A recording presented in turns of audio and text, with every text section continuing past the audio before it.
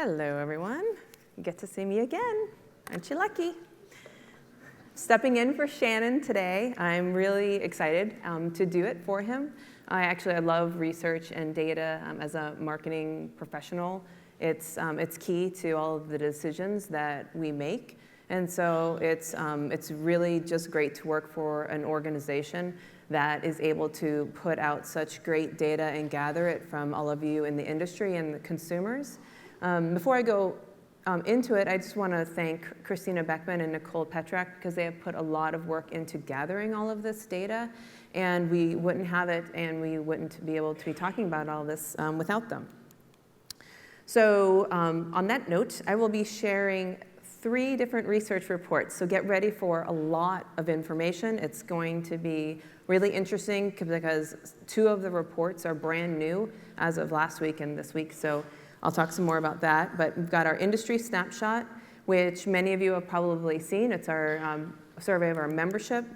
And then we have a bicycle tourism survey that we just released 2 weeks ago.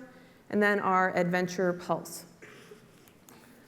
So I'm going to start by offering a top-level view of industry trends and then move on to traveler trends. So for adventure businesses, one of the biggest topics that is top of mind is safety, risk management, and training. We have data that shows travelers expect it, they want it, and businesses need to deliver it. And I'm sure you just heard that in the guide training session earlier today. In addition to businesses, we're hearing this as well from destinations and tourism ministry partners. There's a growing need for a way to maximize operator safety and a way to communicate this to travelers. In the UNWTO report, Adventure Tourism report that Nicole just told you about, there is 2 full chapters devoted to this topic. And if you do read the report, it's quite long and lengthy and just a great overview of the industry. You'll just see how critical it is. Next, our industry's continuing commitment to see adventure travel create economic benefits to local communities and destinations. Again, you heard a lot about that yesterday. In our 2014 industry snapshot survey, adventure tour operators estimated that 65% of their trip costs remain in the region. So what's an interesting find is that in the Adventure Pulse that I'll talk about later on in the session, we asked adventure travelers to comment on whether they book with tour operators based in local destinations, and you'll hear about that. So then source markets. So trending source markets continue to be dominated by North America and Europe for adventure travel. Although we've been watching the adventure travel markets in Asia, which I'm sure all of you are as well, and we're keeping an eye on trends there. As an example, we know that the interest in outdoor and adventure trips, such as Tanzania's Serengeti National Park, more than tripled among Chinese tourists in 2012, and are expecting to see more of this in our industry, although a majority of Chinese travelers are still traditionalists, so that's slowly changing. A Chinese traveler survey is high on our list to complete in the next year, so we're looking for partners to help us complete that survey. And then destinations. So of course, we all want to know what the destinations are that are trending. And our report revealed that the greatest destinations with increases in interest are South America, Southern Africa, and Eastern Europe. And our industry snapshot also found that the types of itineraries that are most requested by tour operator clients are custom itineraries, soft adventures, and then family or multi-generational trips. These itineraries have dominated our industry snapshot over the last few years. So for those of you who are members who have seen this report, this won't be necessarily surprising to you, but it's interesting as we get into more of this data. And then the activities that were trending as well is bicycling, hiking and trekking, and then cultural excursions. So these activity preferences were noted by tour operators in the industry snapshot. Were also echoed in our Adventure Pulse of U.S. adventure travelers, with the most preferred activity being backpacking, hiking, trekking, and then the second in the list was camping, and the third was fly fishing or snorkeling. So before I move off business trends, I want to share interesting information about the survey we did on cycling, of cycling companies in cooperation with the Adventure Cycling Association, a US-based organization. We pulled ATTA's database of companies as well as the Adventure Cycling Association's contacts. And it was a really broad mix globally, so this is a pretty representative report. And the survey results, as I mentioned, were released last week, and I think that they hold just some really extremely useful data for those interested in developing or improving your bike tour operations or strategy. If those of you who know the industry snapshot, if you dig into it, you'd see it's very reflective of that, but then has some very specific questions related to what you may want to know about, from do we rent bikes, own bikes, types of excursions that you might find on a biking trip. So we found that the majority of cycling trips are taken by people in the 41 to 60-year-old age range, and 54% are men and 46% are women. And we found that cycling companies are doing very well. 47%, which is a lot, are reporting reservations that were up over the previous year. And more respondents said that the primary factor for influencing that positive net profit projections was new customers over access to new markets or repeat business. So more new customers are coming to these businesses. And then echoing what we found in our general industry snapshot, custom itineraries and shorter trips are most in demand, followed by family or multi-generational trips. So most trips are leisure, recreational trips on paved roads, with the next most popular trip type being self-guided. And then going into number of days, incidentally, it's 7, and this is close to what we found in the Adventure Pulse survey, where the average trip length was 6.3 to 6.9. And I'm flagging this here because David has some very different statistics to share when he talks about the trip lengths in the youth market. So next I'm going to move into talking about adventure traveler trends as reported from adventurers themselves. So many of you may have seen this data, where last year we released our adventure travel market study report, which some of you recall found that globally about 40% of all travelers have engaged in an adventure activity and could be considered an adventure traveler. And we found that the market is valued at $263 billion, with 65% annual growth since the first time we conducted the exact same study in 2009. So while it's important to get our arms around adventure travel at the highest level, the 2013 market study just opened up a whole slew of questions that we then wanted to answer. And so we have then dove into our next report, which was the Adventure Pulse. So for this report, we wanted to know more about adventure travelers around the world, region by region, and we needed to start somewhere. So we've started in the US, and we've used a survey instrument which we hope to refine and then use in other regions of the world, like I mentioned in China, perhaps. We pulled, and I'm going to get into the specifics here because I think it's really relevant so you know where the data came from. We pulled 1,700 travelers, age 18 years and older, from 11 US cities: Boston, New York, DC, Miami, Chicago, Austin, Denver, San Francisco, Los Angeles, Phoenix, and Seattle. And these cities were selected because they're regionally and sociologically diverse, and they're major hubs for international travel and tend to have more active resonance on the whole within the US market. So we called this the Adventure Pulse, and then we looked at the following aspects of adventure travelers in the United States. So this is where we really break it down and start to get interesting. So this is what we've dug into. We found out about basic demographics: age, origin, household income, gender, adventure traveler motivation, appetite for risk and thrill, trip behavior during dream, search, plan, and remember phases, trip characteristics, so cost, destination, activities, motivations, and then post-trip satisfaction and sharing, and then attitudes towards brands. So as you can tell, that's a massive amount of data. We have like 130 slides of data, and Nicole should be commended for an extreme amount of work digging through a lot of that.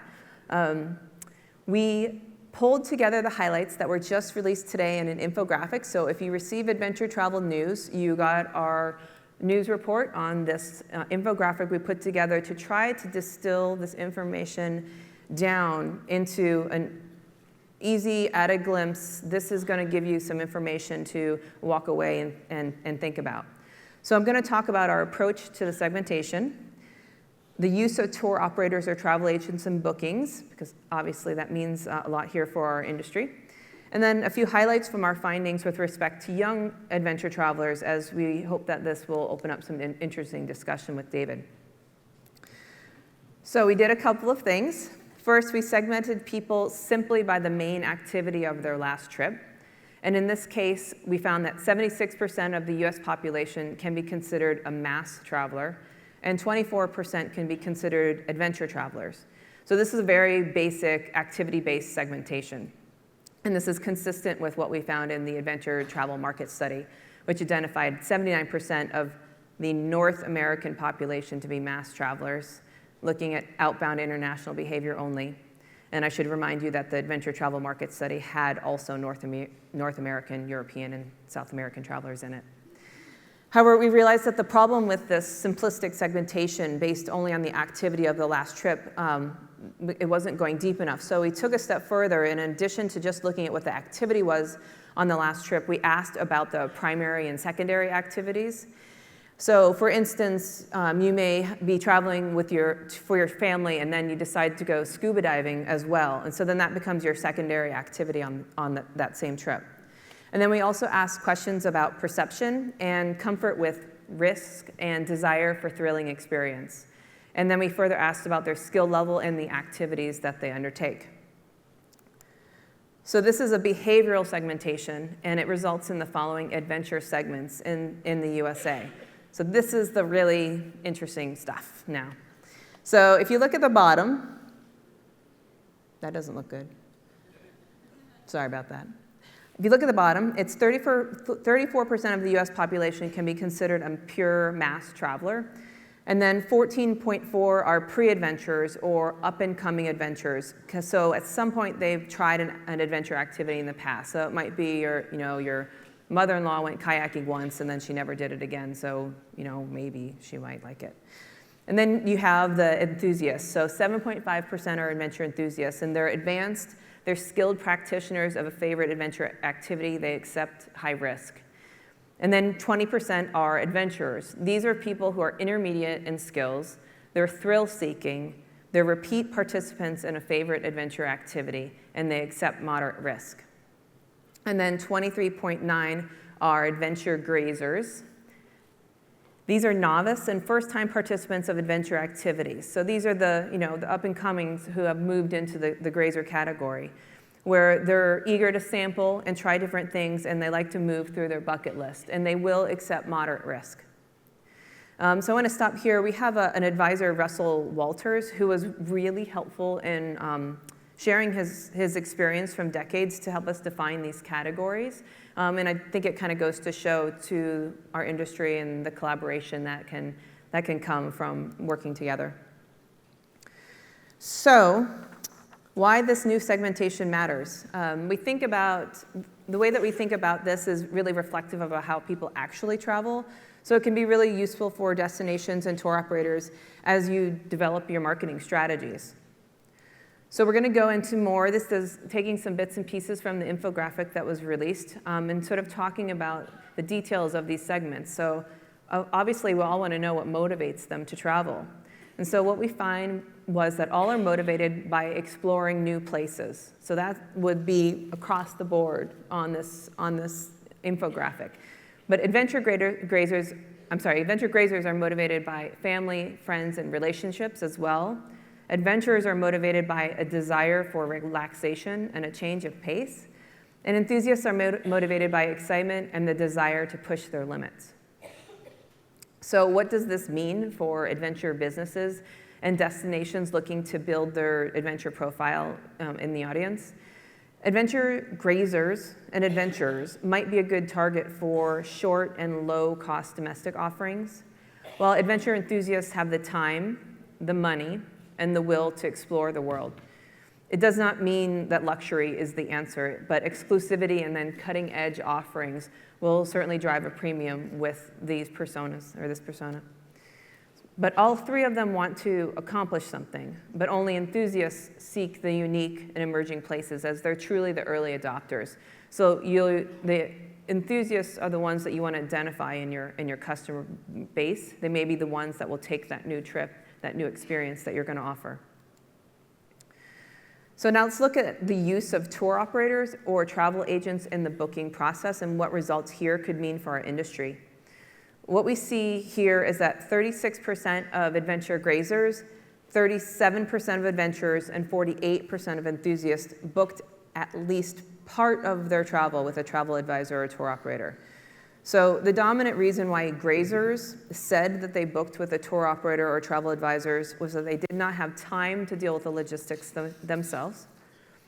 For adventurers, the reason to book with a tour operator or travel advisor was by a very narrow margin.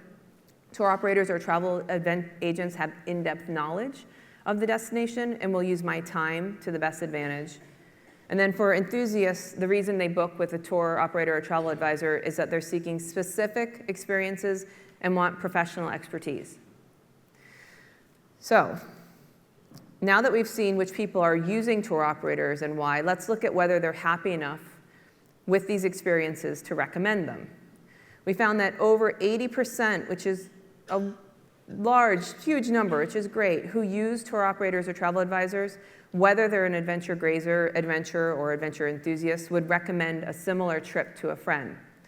So on the one hand, this is excellent news for our industry. More than 80% of adventure travelers using services really like what they're getting. But on the other hand, we have to notice that the 36% of adventure grazers using tour operators or advisors means that 64% of them are not. So we want that to be reversed, but I think we can look at it in a positive way that this is an opportunity to increase that. So why do people not use operators? So that's one that we definitely want to find out, and it's not on the infographic that we've released, so this is information just for you. The most common reason cited for not using a tour operator or advisor by all three personas is I prefer the flexibility of booking my own trips, and I can get better deals if I don't pay a tour operator or an advisor overhead. So the opportunity here is to better convey the value of tour operator and travel advisor offerings to convert these people. And I don't think anyone actually was probably particularly surprised by this, but sometimes I think we have to be reminded. So here next we're gonna learn about how to communicate so that we can better demonstrate the value. So we learned that these personas value different things, and this might be useful when you're shaping your services and your marketing messages. So grazers value time, while adventurers and enthusiasts value knowledge. So if you're a travel agent or a tour operator listening to this, you might string this all together and decide to make sure your marketing emphasizes your ability to help travelers move swiftly through their bucket list, targeting the grazers, and your ability to help people find the best places to practice their favorite activity the safest possible way. So adventurers, a rafting company might be perfect. Who you recall, they're also intermediates, and so they're activity repeaters. So as I alluded to earlier, we also tried to look into local spending habits. We discovered that no matter what kind of adventure travel you are, adventure grazer, adventurer, or adventure enthusiast, you're most likely to book everything on your own. The next most likely thing for you to do is to pay a local tour guide in the destination. So this links back to what I said earlier in the presentation about in the industry economic trend. It's good, and we're seeing that the travelers that are traveling with us are really wanting to use those local operators and local people when they're traveling. After that, cascading down from there, the most likely things you are to do as a traveler are to pay a travel agent to make arrangements, pay a non-local tour guide company before departing, engage in a self-guided activity, or pay an instructor. So now I'm going to share a few highlights with respect to young adventure travelers, which will give us a good segue to David's presentation. So I know this is a lot more numbers, so bear with me. It's a lot of percentages. We looked at Gen Y travelers, ages 18 to 32, and also Gen X, age 33 to 40. And those of you targeting young travelers can use this information to get a better handle on what types of travelers they are and consider what types of trips and marketing messages would most appeal to them. So a few of our findings for Gen Y, the percentages within each persona: 24% of grazers are 18 to 32, 29 are adventurers, and then another 29 of enthusiasts within those age ranges. So although the percentages are fairly close, we see that the majority of adventure travelers in the 18 to 32 age range are the adventurers and the enthusiasts. The most popular booking choice for Gen Y travelers, whether grazers, adventurers, or enthusiasts, was to book everything on their own. But what's really fascinating is that when we looked into it further, nearly 21% of Gen Y enthusiasts said that they paid a tour guide company before departing on their trip, which is much different than the rest of the categories that you can see. So this is more than double the percentage of people in any other age group or persona paying a tour guide prior to departure. We believe that this can be explained by the fact that they're booking, possibly using their parents' money in some cases where risk would be a concern. In addition, they're valuing the expert knowledge of the new places and expecting a tour operator to help them find great locations. So I covered a lot in this presentation and could talk on and on about these personas. As I mentioned, there's a lot of information. We broke everything down by age so you can dig into this really deeply.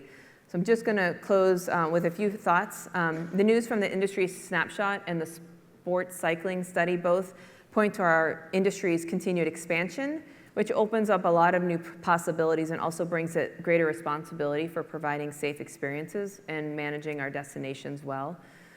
And then adventure travelers are also a very heterogeneous group, and we continue to understand them better. We will continue to improve our products and our marketing to appeal to them as we know them more and more. So thank you. I want to welcome David to the stage, and we'll see how this all compares to the youth travel market.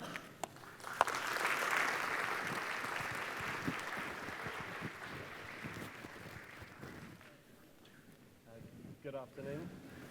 I don't think I'm turned on. Hello. Oh, good afternoon. I'll speak to you then. My name's David Chapman. I'm the Director General of the WYSE Travel Confederation. And I'm going to talk to you a little bit today about youth travel and the value of youth travel, and quite interestingly, how many parallels there are between the figures that Casey's been talking about and our research as well. Just a little bit about the WYSE Travel Confederation. We're a not-for-profit organisation. We're based in Amsterdam, and we're dedicated to promoting and developing opportunities for the youth, student and educational travel industry. We're a little bit like the ATTA for youth travel in many ways. We've got over 800 members across 8 different sector associations representing 120 countries. And they handle the travel experiences of some 30 million students and young people every year. We're affiliated with UNESCO and the European Commission, and earlier this year we signed a memorandum of understanding with the UNWTO to formalise our relationship as the authority on youth travel. As I said, I hope to be able to give you some insights on youth travel today, and this presentation does cover an awful lot, and I hope not to baffle you too much with the numbers. So, what is a niche market? I went to that highly reputable and accurate source, Wikipedia, and I had a look to see what it was. And they say that it's a subset of a main market and that it tends to define a specific product aimed at specific market needs. There's a focus on price range, quality and demographics. So I think so far so good, we can relate to all of that. But it's also a small market sector. So what I'd like to do is just have a look at just how small this market sector is and look at the impacts of youth travel, both financially and also culturally. and see what drives young people to travel and just what they gain from it. The main source of data is a report that the WYSE Travel Confederation produces every 5 years. We've produced it in 2002, 2007 and 2012 and into early 13, and it's a report which we call New Horizons. So the report that I'm going to be using here is New Horizons 3, and this is one of the largest and most comprehensive reports ever undertaken on the motivations of youth travellers. And we surveyed and collected 34,000 responses. The survey really does give us a tremendous insight into the scope and the scale of global youth travel, and it really helps us to lobby on behalf of the sector. And as you can see here, there's been a tremendous growth in the responses that we've had to the survey. And these are just some of the questions that we aimed to answer from the survey. What do they learn? Where do they go? Why do they travel? What do they want to do when they get there?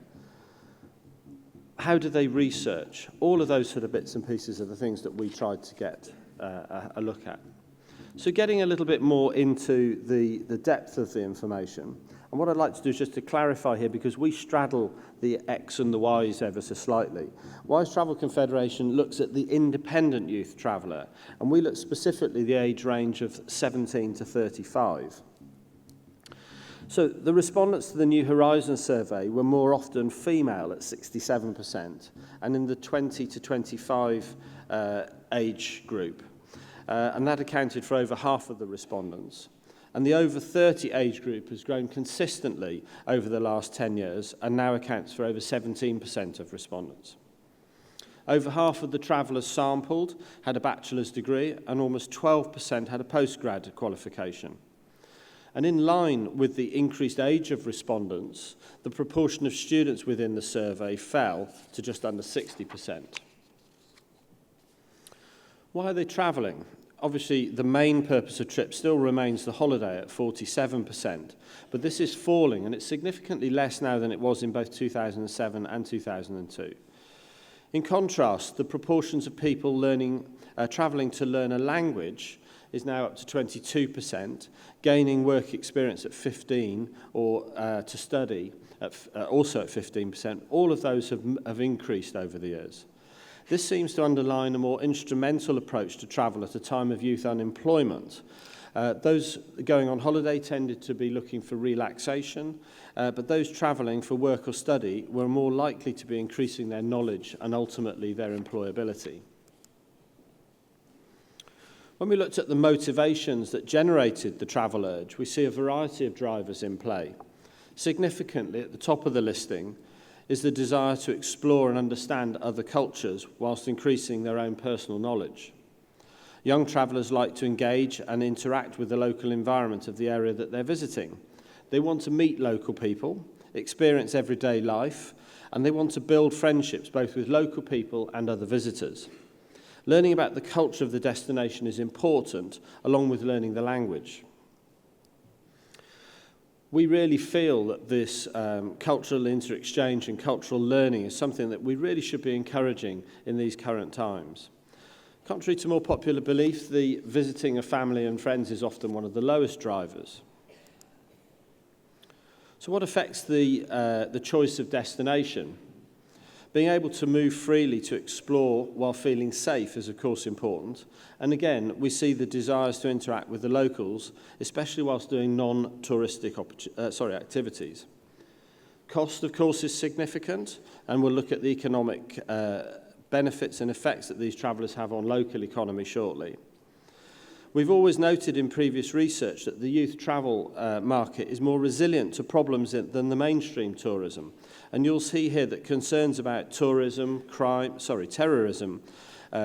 unrest, epidemics and the like tend to fall way down the list when it comes to choosing a destination.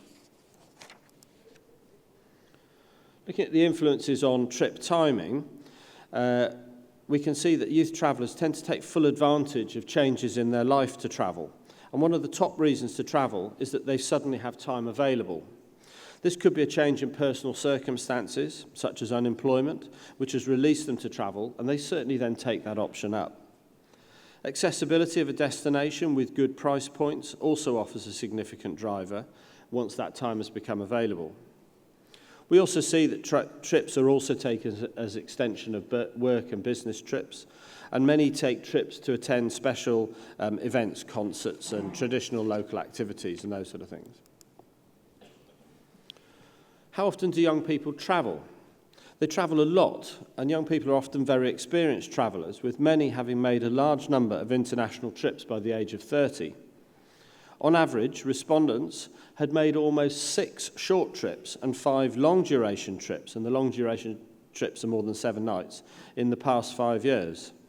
And the total number of trips declined slightly compared with 2007, and we feel that's probably as a result of the global slowdown. But there are signs that the worst effects of the global crisis have now passed, as the trend in the previous 12 months has been up compared to the previous 5 years. Travel style. We look very closely at travel style, and whereas you tend to define your travel styles, what we do is give the young student the ability to define their travel styles themselves. And one of the characteristics of youth travel has been the tendency to adopt a particular style, and very much to avoid the tourist tag. In previous research on youth travel, the backpacker has been an important figure, often associated with long-term, low-budget travelling. But in 2012, there was a continued decrease in the proportion of number of people identifying with the backpacker and traveller labels, and a growth in the number of people choosing to identify themselves as tourists. We feel that this was related to some extent to the increase in outbound travel from areas such as Eastern Europe and Africa, where the identification with the backpacker label is much weaker and the tourist label is much more acceptable. This is particularly true in the traditional outbound markets such as Western Europe and Oceania. What is notable in the 2012-13 research is that the rise of the diverse descriptions of travel style, and notably the rise of the flashpacker as a distinct category of traveller. Flashpackers are essentially upmarket backpackers who are the backpackers, still conscious of budgets, but also very much awash with gadgets, smartphones and iPads, etc., always ready for a good party and a good Wi-Fi signal.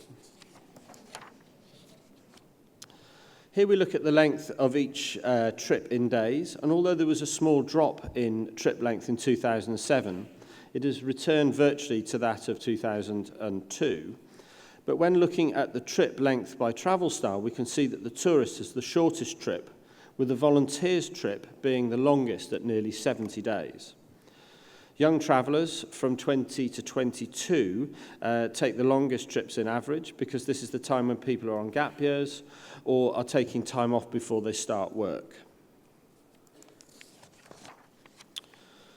Looking at bookings, and this also draws a parallel quite a lot with what Casey was saying, there's been quite a dramatic change in booking behaviours in recent years, and there's been the shift to online bookings. In 2002, the role of the internet was extremely limited, accounting for just 10% of bookings. By 2007, people were looking online, but only half were booking via the internet. But now we're seeing a very high proportion of bookings, particularly air and accommodation bookings. They are the most frequently booked online. Insurance and tours, a little bit less likely to be booked direct on the internet. Booking factors, looking at booking factors, price is generally the main driver, but we are seeing that the ability to book services like accommodation online is of growing significance.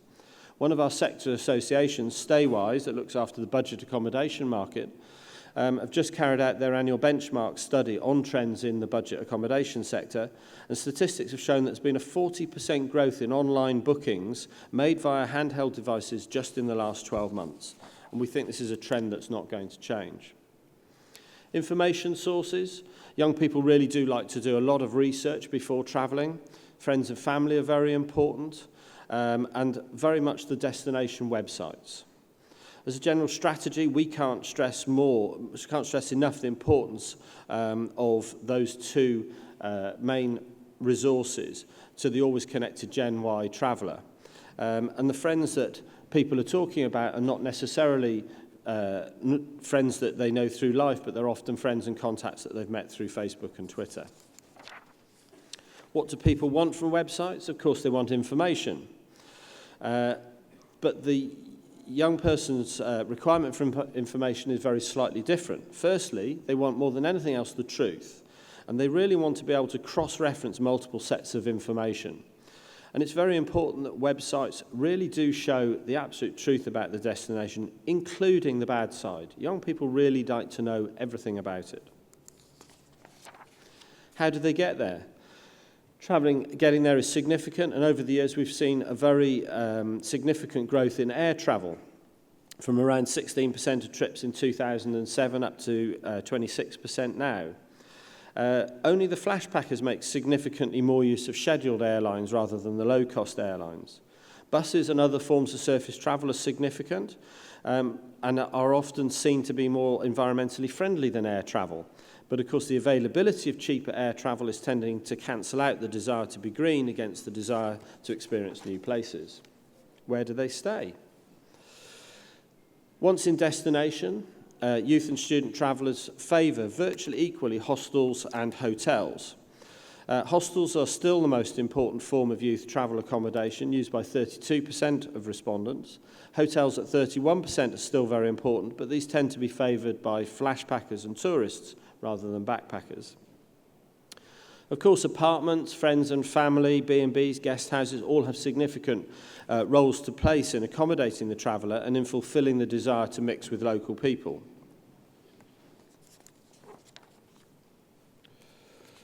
Hostels tend to be favoured in particular by the middle-age group of the 20 to 25-year-olds, and it's only in the older age group of the 30-year-olds that we see a significant move to hotels.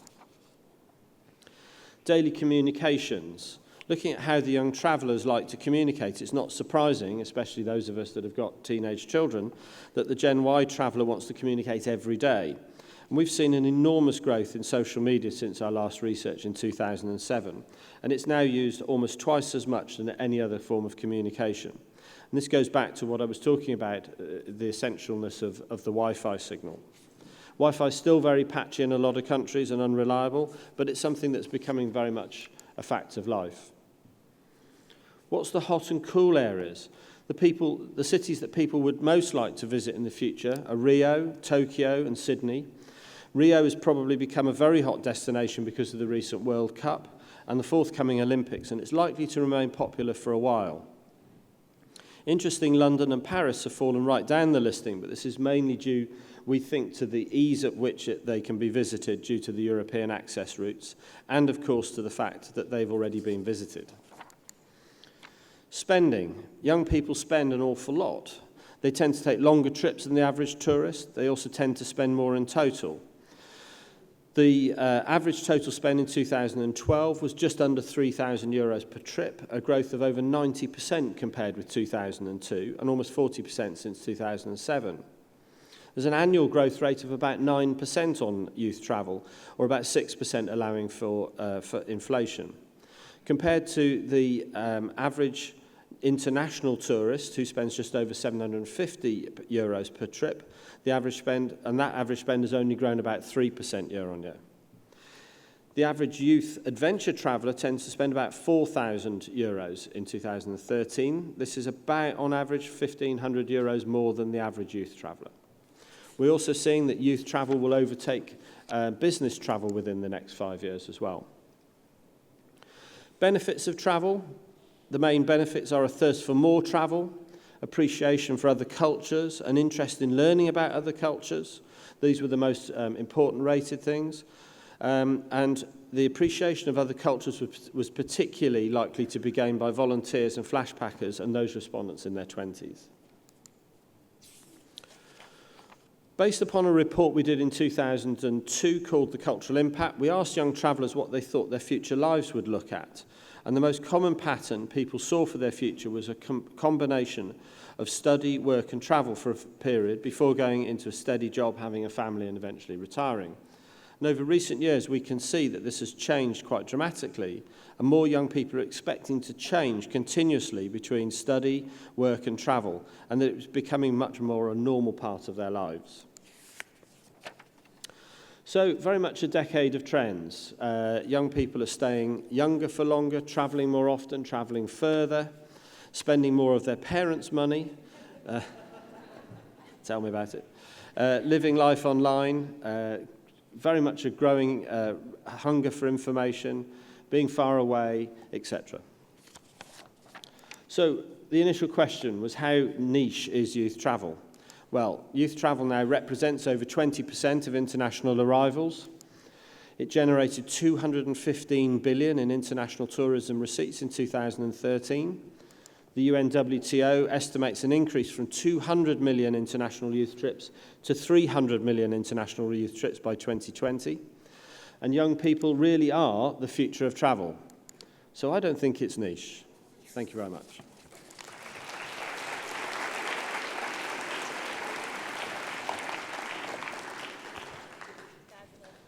Thank you. Wow, I feel really old now. I have such distinct memories of putting my pence coins into the payphone to call my mother after several months of travel.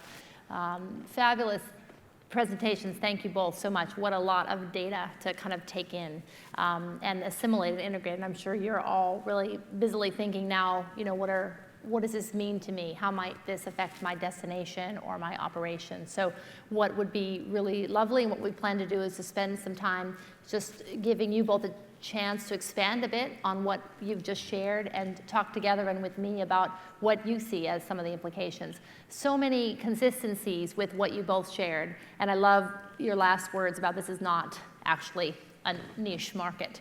Let me just say, David, one of the favorite things you said that I wrote down because I thought it was so awesome was that youth travelers have things happen to them that are releasing them into travel. I like that. I like being released into travel. It's a wonderful expression. But a lot of consistent themes, the theme of exploration, the theme of safety and what that might mean. So there's much that we could talk about. What I think might be really interesting to start with, you both mentioned culture. Casey, you talked about culture as being a real emphasis on people as a desire, as a motivator to go. And you talked about it as a trend that you're seeing around people, youth travelers really exploring and seeking to be with local people to expand their knowledge of their culture locally. Maybe you could each expand a little bit on what you think is the implication of these cultural interests and trends for the itineraries that are going to be created for the future. Maybe, David, we could start with you. Well, I think it's important that the importance of the cultural element within any type of travel arrangement is not overlooked. So if you're designing a package or designing a trip, then that part needs to be very carefully considered. Certainly the youth traveller are tending these days to shy away from the more touristic things.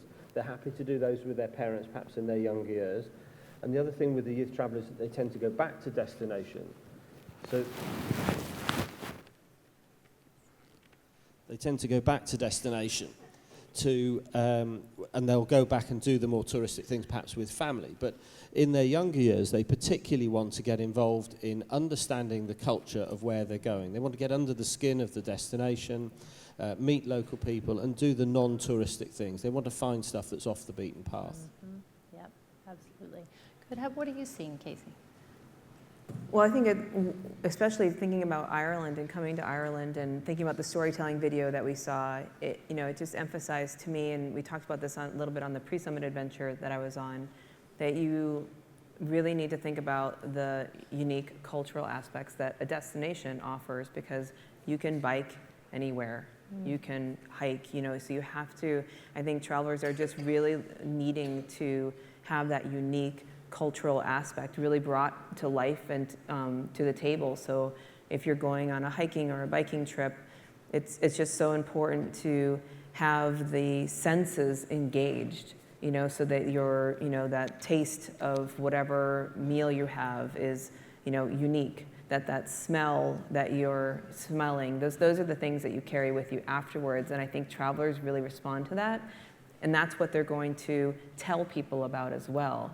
even stories in a way, or some like a sensory experience, somebody's accent, their, all of that it's fun.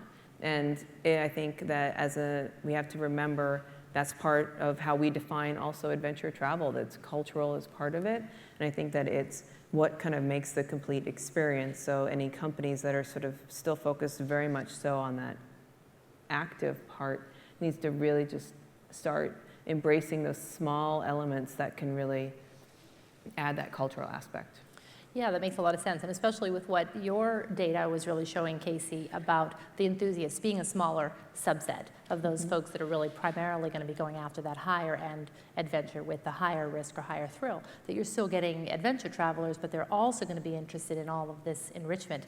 As you were talking, I was reminded on my PSA coming here with Linda Woods, we spent an entire afternoon after a wonderful hike, kind of in the beautiful rain here in Ireland, weaving our own baskets. And I have to say, our group was just more proud of the baskets we took and the tradition. She told us about her father, who was a basket weaver for functional use, and just how much I'll never forget that experience. And it was a small piece of kind of the overall itinerary. So I can imagine that for operators and destinations to be thinking about expanding those stories for both of these markets seems absolutely critical. Thank you for that. I'm wondering about the additional thoughts that you've both had and what you're hearing out there as you study these trends for product development and innovation. And in particular, I'm wondering, what are you each thinking are the really kind of not to be missed insights about what operators and destinations must pay attention to as the market continues to expand? I mean, 65% growth since 2009, that's really significant. So from a product innovation perspective, what would you each say seems really critical that you're seeing for people to think about to manage all of this? Casey, maybe we'll start with you this time. Well, I mean, I think related to the personas that we just put out there, I think that would be key, is to really think about the full aspect of who the audience is that you're engaging. So, not think about things in buckets of, boomers and Gen Y, but to really sort of consider the motivations, what these people value, and develop your products around that. And not just develop them around an activity that you want to offer, but really try to get into the mindset of the people that are going on your trips and who they are as people. You may have a 30-year-old who is just like a 60-year-old in what is important to them. And so, and then, of course, embracing then the realities of those differences, too, which may be some having family, some expecting connectivity. There just could be also the differences under there. So I think that's definitely important, as well as, I think sometimes there's an afterthought about you do the trip, people leave, and then you let them go off on their way. And then, as we saw in the data, 80% of people doing these trips are recommending at least the trip to a friend, and you want them to recommend the tour operator to a friend. So as you're developing your product, think about how you're going to continue that relationship, how you're going to make that experience extend beyond the trip itself, that's from working with your guides and who they are and what kind of relationships they have with your clients. Does it extend beyond that 10 days? How do you send them photos after the trip, videos? What's that sort of complete experience? Is there some kind of certificate or training, or, I don't know. But that kind of stuff, I think, is really important. Yeah, absolutely. Good. Thanks, Casey. How for you? I think on the youth travel side, we're very much trying to encourage destinations now to adopt youth policies, so that they actually have a policy in place to encourage youth travellers into their areas. Youth travel is often seen as what we call beer and beach, young people just going along, drinking, creating a nuisance of themselves. And, there is an element of that, but then there's an element of that in all types of tourism. And what we're trying to say is, youth travel is very much the bedrock of future tourism. And our research constantly shows us that people who go to a destination as a young traveller will go back to that destination in later years and take their family and go back again, potentially even in retirement years. So building your policies right at the beginning to encourage people into your destination, young people into your destination, provide them with the things that they want, which is what I was saying in the presentation, which is accurate and truthful information about the destination. Allow them to talk about it. That's the one thing that young people really like, is they like their social media. They like to be able to talk about exactly what they're doing at the exact moment that they're doing it.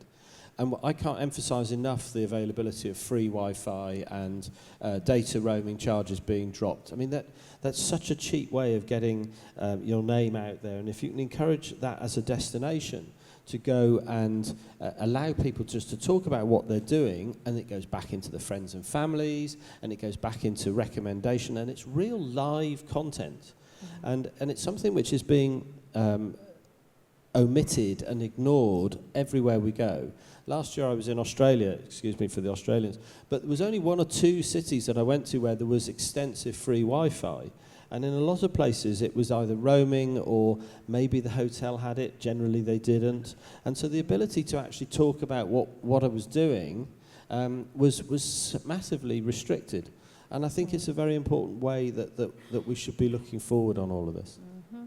Great, so you're speaking both to how is it that I can customize the itineraries and the products that I want to offer to keep it interesting, to keep it dynamic with cultural experiences and risk as well. And then you're also talking about the amenities kind of that come with it, the Wi-Fi, being able to have ways to tell the story afterwards, which is really very much rings true for me. Not only afterwards, but during, and even before. Yes, absolutely, absolutely, which we've certainly seen, even here in Ireland. I mean, compared to the first summit in 2005 that I was at, compared to the Ireland experience, the storytelling that's going on, the digital media reach is an unbelievable difference just in that short period of 10 years that we've been really in this trade association. So it's very, very powerful what you're saying.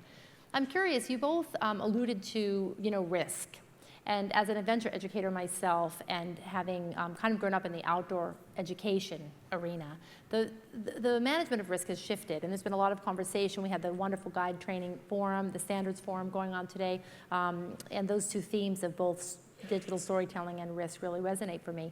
I'm curious about the relationship between risk and authenticity, and this connects a bit to what's on people's websites, because clearly the online presence and how you're telling the story of what you actually are offering, that knowledge and information is critical. Maybe you both have a thought about how do operators and destinations translate that to tell the authentic story on their website, even in the context of the management of risk. Any insights you've gleaned as you've been researching this, Casey? Well, I think it's being authentic. It's just important to talk about, it's that transparency we've been talking about, right? So, I think as long as you are confident as an operator or a destination, for that matter, in the ability of your operators in your destination or your own tour operator to manage risk and to be able to handle situations and create a safe environment for clients, I think, if anything, based on what the data we just saw, you will create more of a confidence if you're just up and you're true to what the potentials are in terms of, but also, because I'm a marketing person, you play up we've got these kind of great ropes and, all the safety equipment, and you let people know how you're going to keep them safe. And it's important across the board because people expect it now. They expect to be taken care of, and you are going to have issues if they don't encounter that experience when they're traveling. Yeah, so that consistency between what I'm expecting and the story I'm telling on my web presence compared to what I get is absolutely critical. Yeah. Yeah, I think I couldn't agree with that more. But I also think that you use your web content to take feedback, real positive feedback from your users. And if you've got negative feedback coming through, be cautious about whether you're just going to delete that. What you should actually do is address that and then leave it on there so that other people can then come through and say, well, you might have thought that this wasn't quite right, but they've either sorted it out or that really wasn't the case. And certainly the Gen Y traveller likes to see the up and the downside. If it's all up, they know that it's not true. Yeah, If it's got some downside to it as well, they'll look at it and say, yeah, I can see that. 20 people have said it's great, one said it wasn't, so that's about right. But if there's just nothing which says it's wrong, then they're going to believe that less. Right. I couldn't agree more. Yeah, absolutely. My son was traveling in Senegal on a bridge year program this year and was very close to the border when the Ebola outbreak first happened. And for himself and his cohort, as well as for me as a parent, it was just invaluable to have not only emails and digital media from the operator, but also to be able to see on the website real time what's really happening there, to manage anxiety and to be able to contextualize, that piece. So that's really a difference in some ways than the, as we all know, than the way we used to have that presence. Good. We have just time for maybe one or two more questions. One piece that I'm wondering a bit about is in the product conversations that I've heard at the summit this time, there's so much interesting stuff that's going on between, combinations with the arts and, cultural tours that are immersing you in music and getting you to be with the local fishermen. My friend was traveling on the day of adventure and they got to go and shear sheep and, these wonderful dimensions of authentic experience. And I'm wondering, with 70% of the mass market still not in the adventure sector, what words of advice does the data help you, or might each of you say to tour operators and destinations about creating authentic experiences without over-complexifying them? Because you've still got a very large market potentially that could be converted to adventure. Any thoughts on how you create that authenticity without needing to over-complexify, especially as we look at destination sensitivities? I think if you look at it from the youth point of view, then you can go and offer those products into the youth marketplace, and that's a good bedrock place. Yeah. People will pick up on those. Young people are looking for that authentic cultural stuff, and from there, that will then grow, either with them growing or just with them going back and telling parents and friends, I've just done this. And I think a lot of parents these days are quite interested in seeing what their children are doing and trying to keep up in some format or another. I try anyway, but not very successfully. And I think it's a very good way to certainly on the youth travel side anyway to get those sort of products into that and let it grow organically. Great, so creating grazers and adventurers potentially who were from mass market experience only, yeah. Yeah, we were talking earlier, and we were talking about how, I really see the youth market now, after talking with David, as like the soil, that's sort of growing these budding grazers and adventurers and enthusiasts, sort of what is being inserted and they're getting exposed to is what's going to create the future traveler, and hopefully the future traveler of the world, because we're really seeing that adventure travel is really becoming more of what the expected, desired travel experience is. So the more that we can give youth those experiences, which they're going out and it sounds like they're wanting, then we're going to sort of grow those activities. Yeah, they do. And, I think we've already seen, looking at the figures, there's a lot of crossover between, youth travellers into the adventure market. So, in many ways, we're talking about the same people on certain things. Yeah. Yeah, absolutely, absolutely. And to a certain degree, I mean, the way the global economy is making the world smaller are the same forces that are affecting both of these markets, aren't they, of consequence. Well, the topic of this year's summit, which is such an important one to all of us, of course, is the economics of adventure. And I'd love to hear maybe from you first, David, what do you believe are the implications of the research you've been doing with WYSE on economic success or health for some of the folks in this room? I think if I look more specifically upon what are the economics of the youth traveller to a destination, is that more what you mean? Yeah, sure, that's great. Young people are very economically very friendly to a destination. They tend to that they tend to have a reputation of being cheapskates because they tend to want to use cheaper accommodation. But what's not always looked at is the fact that they actually spend significantly more than a tourist, as I had in my presentation. And that's because they will tend to spend longer in the destination, but spending less on accommodation, because they then spend more money on authentic local experiences. Now, some of that might be just seeking out a nice little trendy coffee shop on a back street rather than a Starbucks, or going and finding a tour that's not run by a commercial operation but is more a live like a local tour. And the young people tend to leave. There's much less economic leakage from youth travellers. They're not staying in chain hotels where the profit can be returned out of the area back to a conglomerate in another country. So their value to a destination is much greater. That's really powerful, really keeping those resources in those local economies, especially because of the way they're traveling and the choices they're making that are so different. Yeah, that's excellent. Thank you. And Casey, I'll let you have the last word as we kind of wrap up and move into the close for this evening. What are you seeing in the recent research you've completed that has struck you as a primary economic implication of all this research? Well, mostly from a trade perspective, the bicycle survey and then the industry snapshot survey both showed that margins are up, and so it's a good sign that the industry is healthy. And that's why we do those kinds of reports, is to see if the industry is healthy, how are businesses doing. So with 15%, that's great, and the revenue projection for 2014 is projected to be up on average by 25%, which is amazing. And when I talk to businesses here too, anecdotally, business is good. And so I think that it speaks to hopefully that data is going to remain true. So that's really important. And it also, based on what we found out about travelers, leaving money in the destination of about 65%.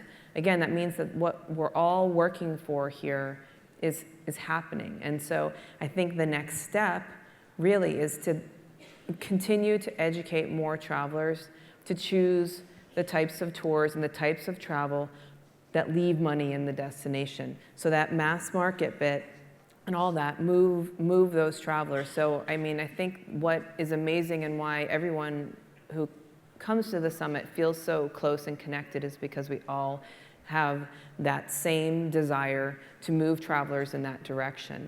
And so I think that, what I would love everyone to take away is that there's data that's showing that we're moving that direction. We need to continue to be responsible, and that by finding ways to educate our travelers that we are doing this on the tours in a way, because sometimes people don't even know. And so if they know the good that you're doing, they will most likely tell people about it. Might not be why they chose your tour, but they're certainly going to feel good about it afterwards. It's going to be a part of a story they're going to want to tell, and then it goes for full circle. So. Absolutely.